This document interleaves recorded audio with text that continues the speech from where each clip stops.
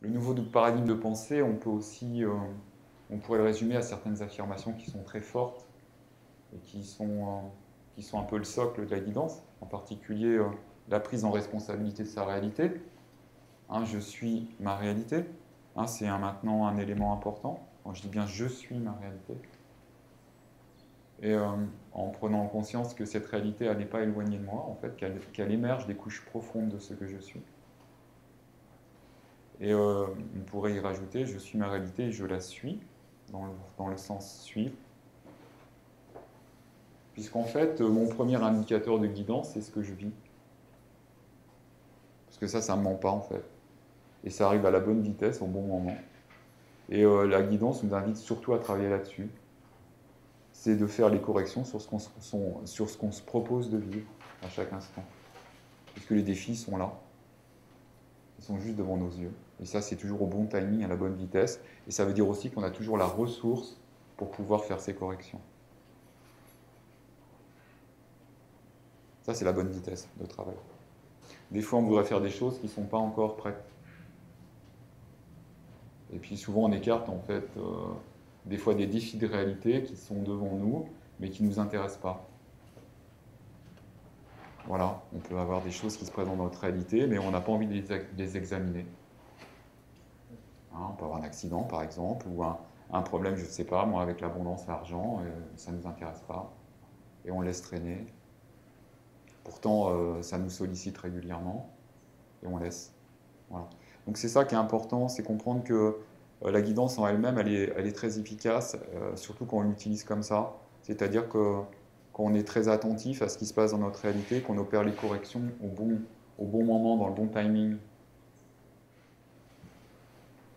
Alors, nouveau paradigme de pensée, il est aussi... il y a des pensées encore... il y a des affirmations aussi qui sont encore plus englobantes. Hein. Déjà, je suis ma réalité, je la suis, c'est très important, puisque on est sur ce que j'appelle des croyances racines. On sort de toute forme de victimisation et on prend la responsabilité de tout ce qui nous arrive. Donc, c'est énorme déjà. Hein, ce paradigme, l'ancré en nous, ça bouscule d'autres croyances qui sont extrêmement profondes. Donc, il faut comprendre qu'une croyance elle est remplacée par une autre. Hein. Surtout avec celle-là, elle est super forte. Donc, celle-là, elle impacte aussi tous vos domaines d'existence. Hein, et pas uniquement... elle n'est pas en action uniquement quand je prends le cahier. Non, c'est quelque chose qui va se répercuter partout dans votre vie et qui va être testé dans votre vie parce que cette affirmation, ben, vous allez être testé pour être vraiment la personne qui y croit et qui l'ancre, en fait. Hein. La croyance, elle vient toujours vous tester après, hein, dans l'action. Hein. Ça, il ne faut pas l'oublier. Hein. Vous avez peut-être remarqué que lorsque vous faites une séance, après, souvent, il faut valider par l'action.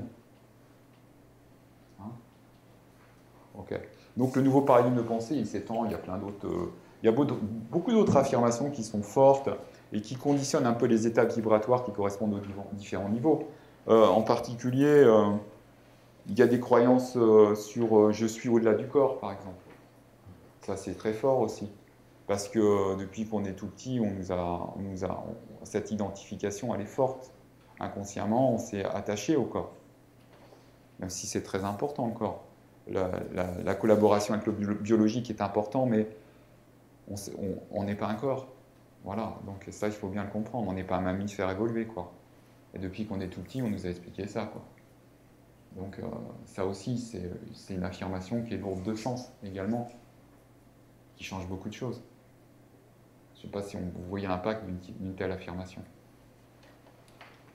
Alors ça, c'est une affirmation, après il faut le vivre, hein. Ça c'est une autre histoire. Vous avez un exercice pour ça dans le niveau 6. Vous avez l'exercice OBE qui traite de ça. Patrick, s'il te plaît, excuse-moi. Oui. Quand tu dis justement je suis ma réalité et je la suis, oui. Je n'arrive pas à comprendre parce que dans la mesure où on veut justement changer cette réalité, oui. Comment ça... Enfin, tu as bien compris que je suis ma réalité, je la suis. Suis, c'est suivre, hein, c'est le verbe suivre. Hein. Oui, c'est ça, oui. Ah, d'accord, oui. ok. Et je la suis, c'est-à-dire que c'est mon premier indicateur de guidance, c'est-à-dire que c'est bien en suivant ma réalité, en prenant conscience de cette réalité, que je vais opérer mes corrections. C'est dans Ah ce oui, sens-là. d'accord. Voilà. C'est-à-dire que je Ce la sens-là. suis, c'est Ok, que je très la bien. lâche pas, en fait. Je sais très D'accord. bien que, en fait, quand vous vivez des réalités, en fait, qui sont toujours, d'une certaine façon, un peu des vestiges de votre passé. Il y a toujours un décalage, en fait, à chaque instant. On vit un décalage, en fait. La réalité, on est rarement, on en reparlera de ça, mais on est rarement au présent. En fait, on est sujet, sujet à nos passés, bien souvent. On le verra à nos futurs également. Mais on est rarement au présent. C'est très très rare d'être au présent. Ça tient simplement du fait que, à partir du moment où on endosse une personnalité, quelle qu'elle soit, un moi, il y a toujours ce phénomène de décalage. Donc on a un petit décalage, surtout dans le plan de réalité physique, où on a un décalage à travers l'espace et le temps. Mais on reviendra là-dessus. Ce qui est important, c'est d'être, comme je le disais, c'est d'être attentif aux réalités qu'on se propose et de bien les examiner. Voilà. En ce sens, vous serez toujours à la bonne vitesse pour travailler sur vous, ou en particulier pour vous accompagner.